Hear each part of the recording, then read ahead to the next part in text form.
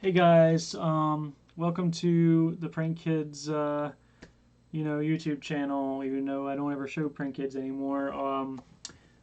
Unfortunately, after Link 1 got hit, I just can't play anymore. Even though my first few tops with it was before the Link 1, but the formats have changed so much. I'm going to bring out with you guys another deck profile. I just try to give you guys one every now and then when I play an event and I do well. So I've recently gone to 3 different case tournaments.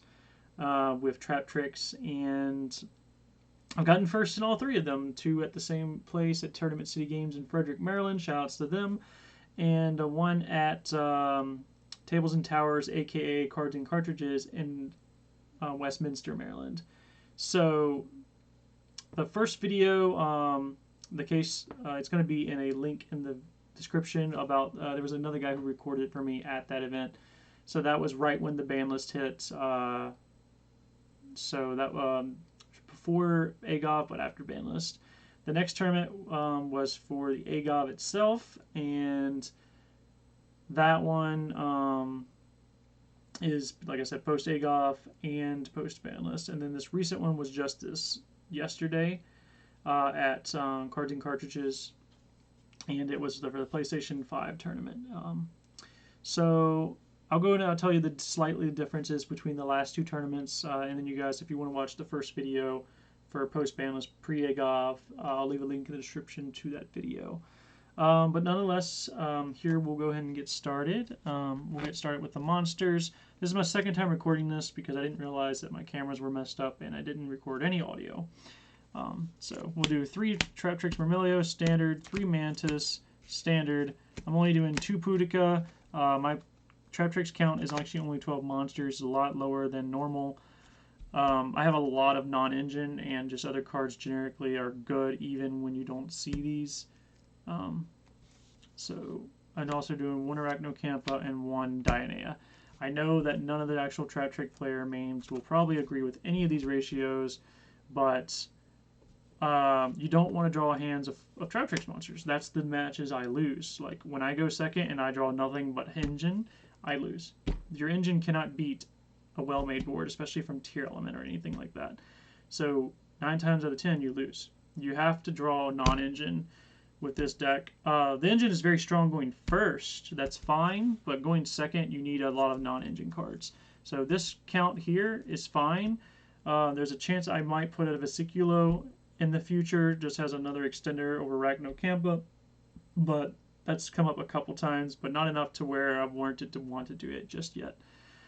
So this count here has worked very, very, very well for me. So that is that. Now for non-engine and the best staple in the current format and game in general. Don't know why this wasn't hit, but it makes this deck so much stronger, and you have to play it. Like, this card helps you going first and going second. It's just so good. You have to play this. In any deck that can, you should play it. It's also an Earth, so it goes along with all your other monsters that are Earths. And you can reborn off of Asa if your opponent has one in their grave. It's just really good. Another reason I'm playing it is because through testing enough, this has come up enough to where this warrants an extension in your place to get you an additional rank 4.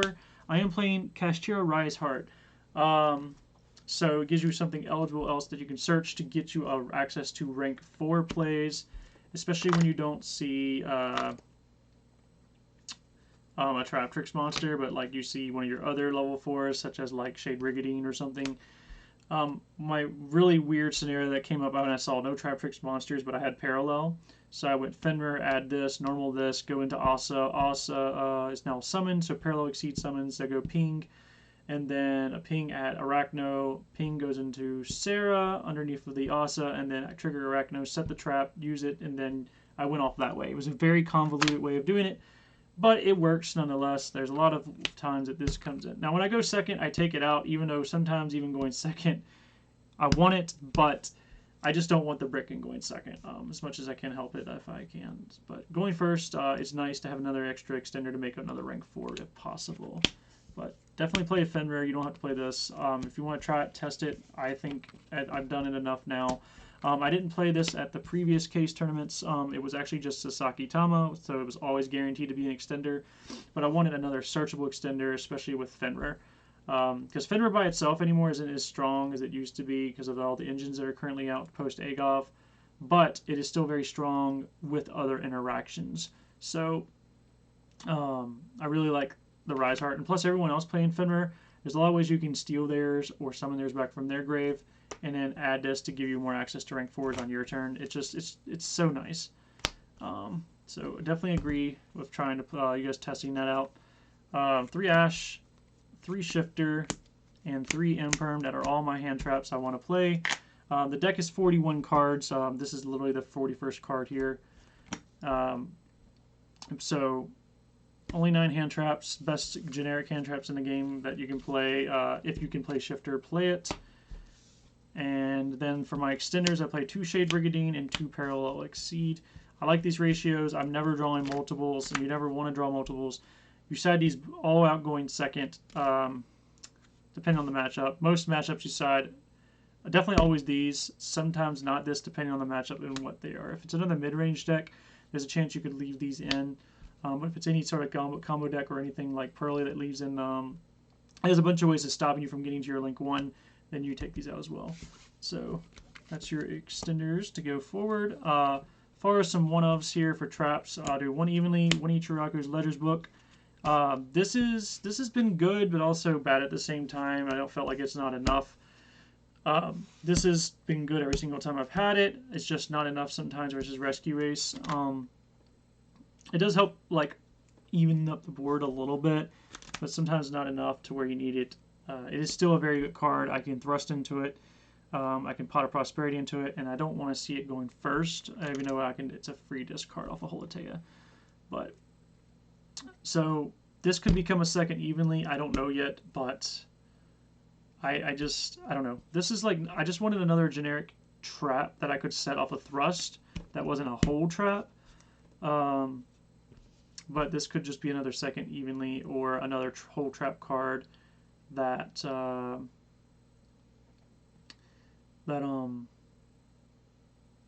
you can set that's just different, but good against other matchups. So I haven't figured out what exactly I'm doing with that yet.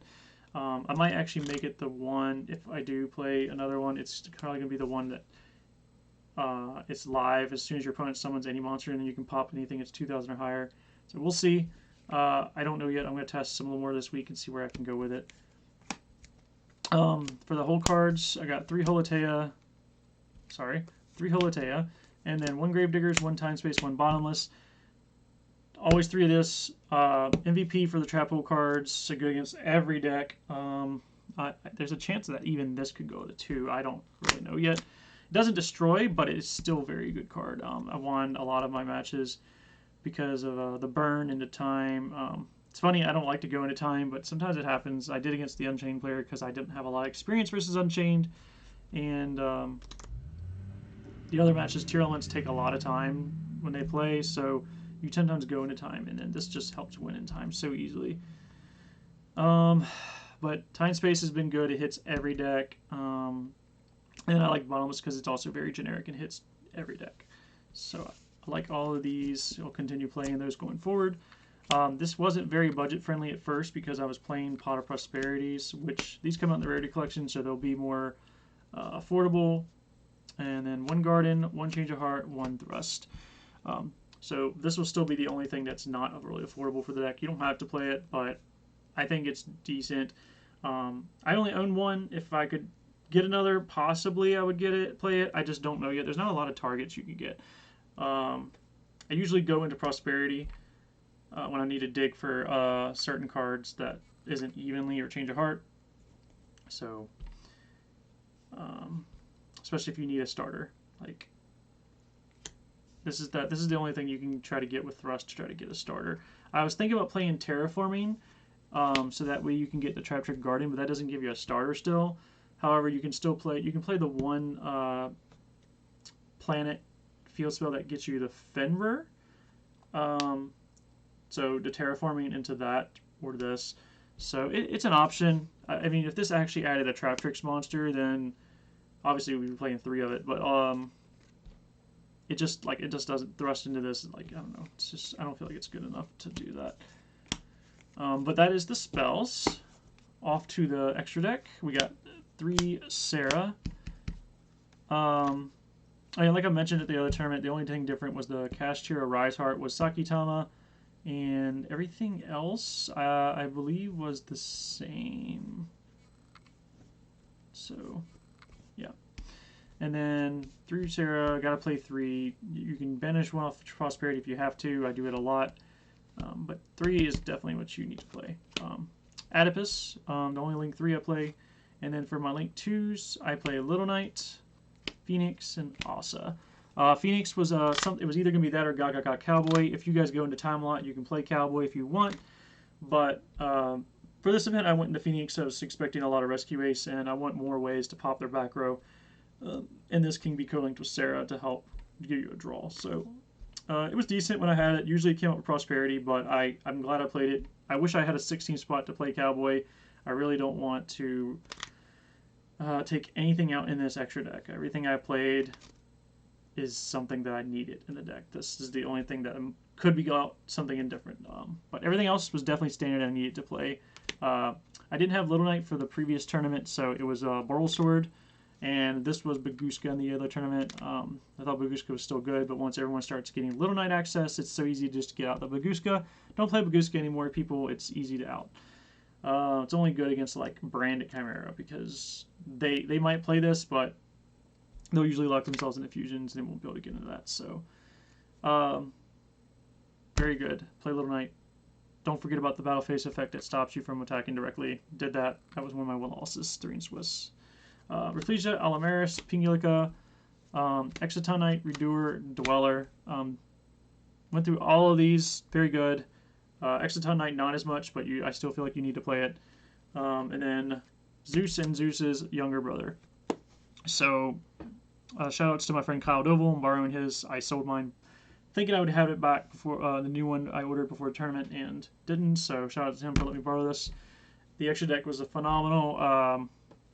Performed exactly how I wanted through testing and at the tournament. So really loved the extra deck. Side deck. These were the oh goodness, I can't think in my head. These were the Bestial Druis Worms in the previous tournament. This tournament I feel like it's better to just be Crow. You can make these Nibiru's if you want. Nibiru would have been pretty good in a lot of matchups, but I feel like my Pearly matchup is actually already decent, so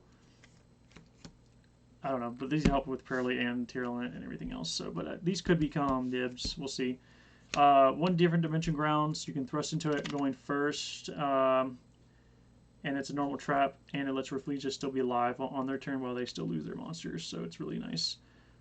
3 Judgment, MVP in the final match, got 2 of them, 1 off of Prosperity and drew the other, so very nice, helps beat. Usually you can put up a lot of interactions, and your big losses come from thrust and talents, and this helps those. Occasionally they'll have an evenly or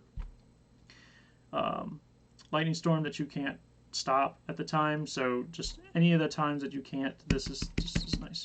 I love the Judgment here. Redraw. Good next best hand trap in the game. So definitely side this if you're not meaning it. And then Herald of the Abyss, Pearly. This is the only matchup I really want this for. Dark Ruler No More. I never used it. I put it in one time, didn't draw it against like Tier. So I don't. This is probably going to come out honestly, either for like Floodgate Trap Hole, just because Floodgate's good still against like some combo decks, like Rescue Ace and Manadium. Not really Manadium, but actually like really honestly just Rescue Ace. That's why I didn't play it normally, because it's not really good against anything else. And then Harpy's Feather Duster to Cosmics. So that is the deck profile. And yeah, that's 3 case tournaments in a row with Traptrix. I'm really proud of myself. I'm happy with how I've done. I might be biased with everything that I've played, and then like with my results for these small tournaments. But I definitely want to try this at YCS Bridgman, and we'll see where it goes from there. So wish me luck, guys. I'll try to get some testing this week and try to see what we can do with that. So I hope you guys enjoyed the deck profiles. The case tournaments were 6 rounds each, and then this previous one was the PS5 tournament was 5 rounds. We were 1 person away from having 6, so no X2s got into top 8 cut.